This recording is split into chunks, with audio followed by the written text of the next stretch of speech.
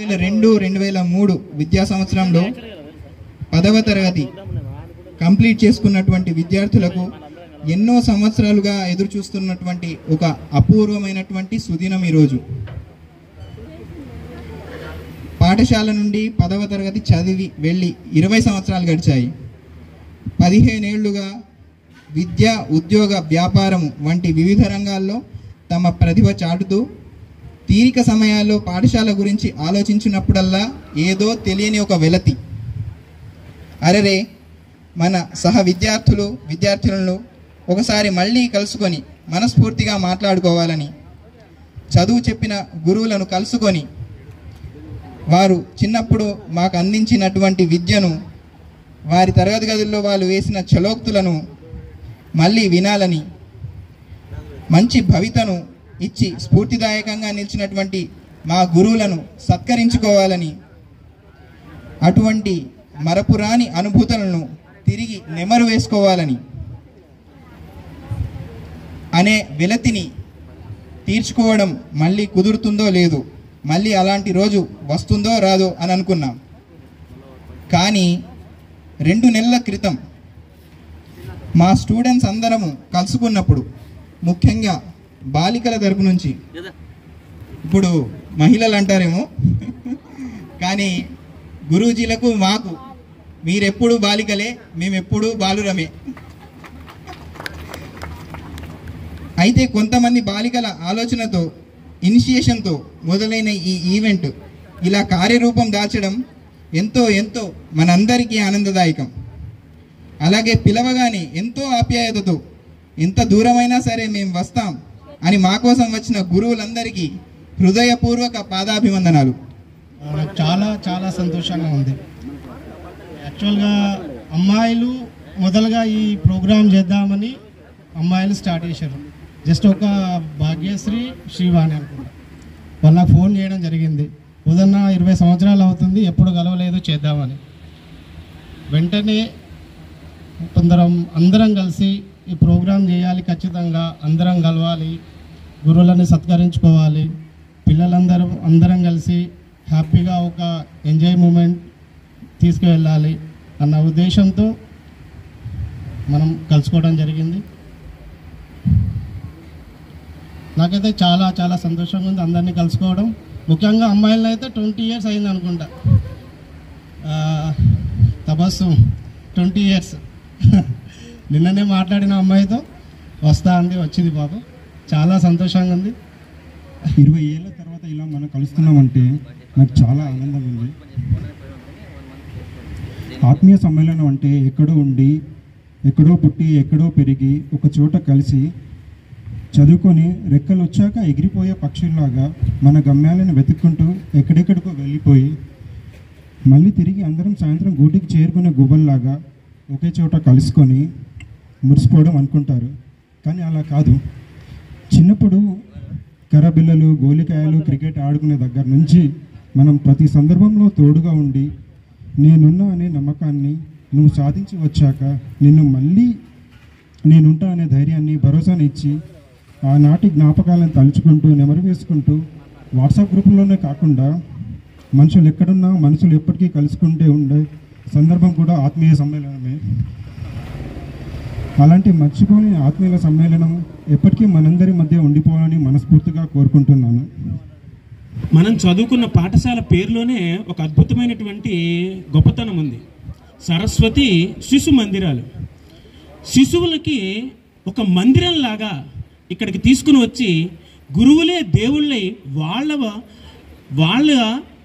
మందిరాలు మన మనసుల్లో కట్టుకుని బయటికి వెళ్ళిపోయినటువంటి విద్యా విధానం అనేటువంటిది శిశు మందిరాల్లోనే ఉంటుంది తప్ప ఇంకా ఎక్కడా కూడా నేను ఒక ఉపాధ్యాయుడిగా పనిచేస్తూ చూసినటువంటి అనేకమైనటువంటి విద్యా సంస్థల్లో ఉపాధ్యాయుడికి గుడి కట్టుకుని ఇంతలాగా గౌరవించి వారిని సత్కరించుకోవడం దగ్గర నుంచి వాళ్ళు చెప్పినటువంటి విద్యా విధానాలు, నేర్పినటువంటి గొప్పదైనటువంటి మార్గాలు ఎక్కడా కూడా గమనించడం అనేది చేయలేదు.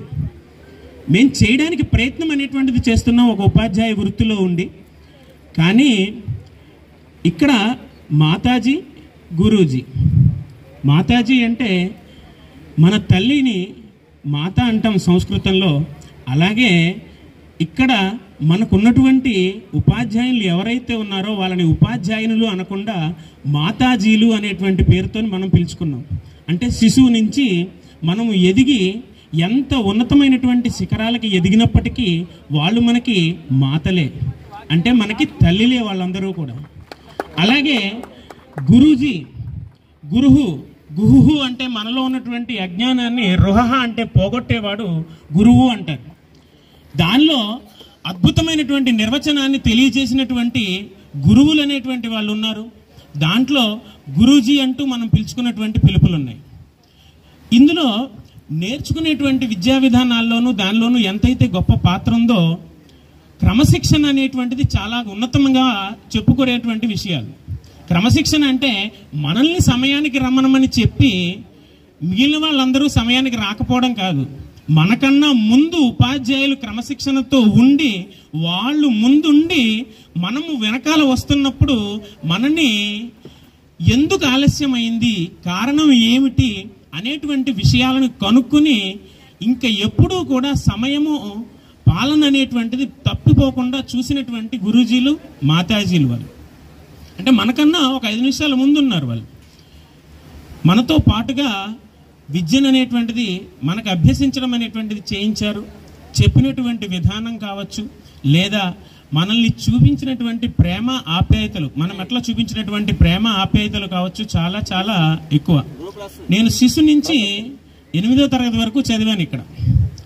8వ తరగతి వరకు చదివి 8వ తరగతి మా నాన్నగారికి బదిలీ దృష్ట్యా వేరే ప్రాంతాలకు వెళ్ళిపోవడం జరిగింది. కానీ ఇప్పుడు వచ్చినప్పుడు కూడా నువ్వు గోపి కదా అని చెప్పి మన పెద్ద గురుజీ పలకరిస్తూ ఉండేసరికి నాకు నిజంగా కళ్ళమంట చిన్న ఒక ఆనందంతో కూడినటువంటి చిరు బాష్పాలు అనేటువంటివి వచ్చాయి. ఏంటి అంటే అన్ని సంవత్సరాలు అయింది, 20 సంవత్సరాలు. దాంతో మీ 10వ తరగతి దాంతో 20 సంవత్సరాలు, మాకు ఇంకో 2 సంవత్సరాలు ఎక్కువే. నేను 8వ తరగతితో వెళ్ళిపోయాను కాబట్టి.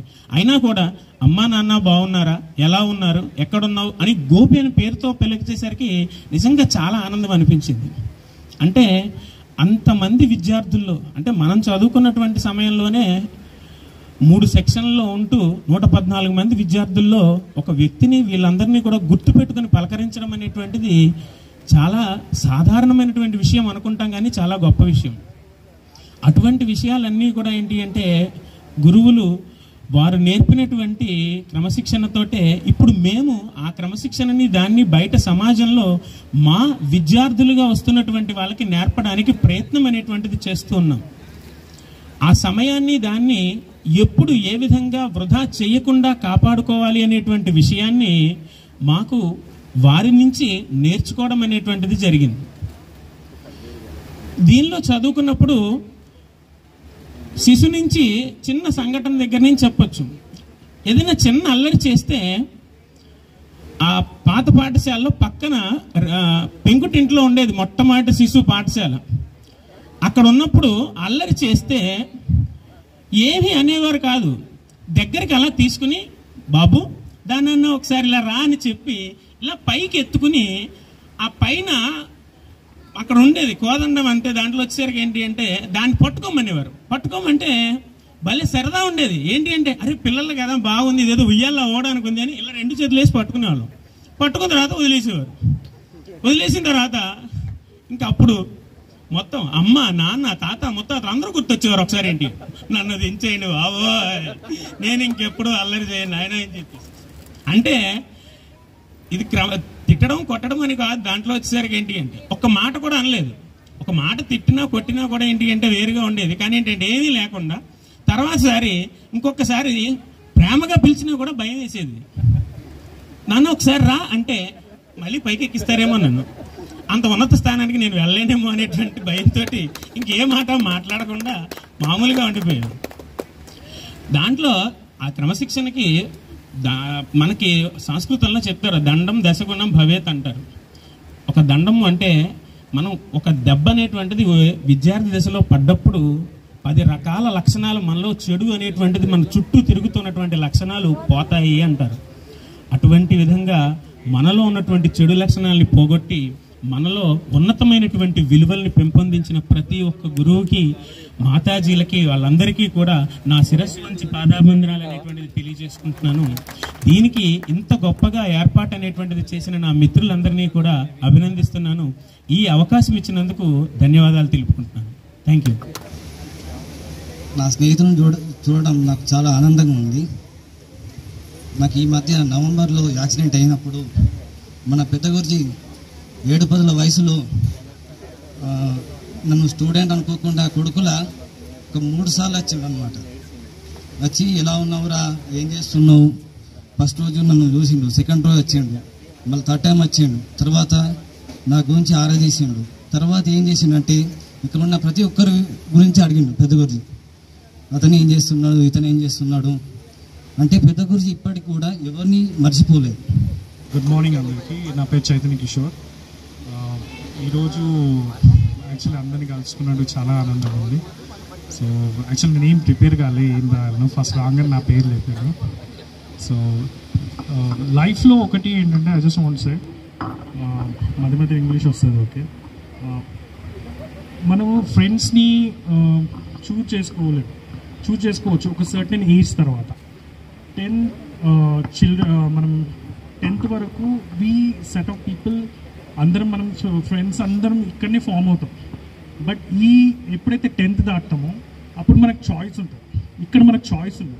సో ఎప్పుడైతే ఈ స్కూల్ ఫ్రెండ్స్ అనేవాళ్ళు ఉంటారో వాళ్ళ జీవితాంతం మనం చనిపోయే వరకు క్లోజ్గానే ఉంటారు. So we can share everything. So మన కష్టమైన, బాధైనా, కన్నీళ్ళైనా, సుఖాలైనా ఏదైనా కానీ షేర్ చేసుకోవడం. బికాస్ ఆ ఫ్రెండ్షిప్ అనేది చాలా జెన్యూన్గా ఉంటుంది. సో ప్రతి ఒక స్టేజ్ తర్వాత మనం ఒక డిఫరెంట్ ఫీల్డ్స్లో ఉంటాం. సో ఒకరు బిజినెస్లో ఉంటారు, ఒకరు టీచింగ్లో ఉంటారు, ఇంకోటి వేరే ప్రొఫెషన్స్లో ఉంటారు. బట్ అందరికీ అందరు రకాల ఫ్రెండ్స్ ఉంటే నువ్వు ఎవరిని నమ్మలేవు. బట్ ఎప్పుడైతే మన చైల్డ్హుడ్ ఫ్రెండ్స్ ఉంటారో 10th వరకు మనం స్కూల్లో పెట్టుతామో, so they know in and out. So మనం చిన్నప్పటి నుంచి మనం కలిసి పెరిగాం కాబట్టి వీడు మంచోడా చెడ్డోడా వీడు నమ్మొచ్చా, మనకు కళ్ళు మూసుకొని నమ్మగలం అంతే స్కూల్ ఫ్రెండ్స్ని మాత్రమే, ఇంకా వేరే వాళ్ళని మనం నమ్మలేదు. ఇక్కడ ఎవరికో ఏదో అవసరం ఉంటుంది తప్పించి ఆ ఫ్రెండ్షిప్ అది ప్రతి దాంట్లో ప్రతి ఒక్క సెగ్మెంట్లో ఉండదు. సో మనం ఒక సెగ్మెంట్ రీచ్ అయ్యాం.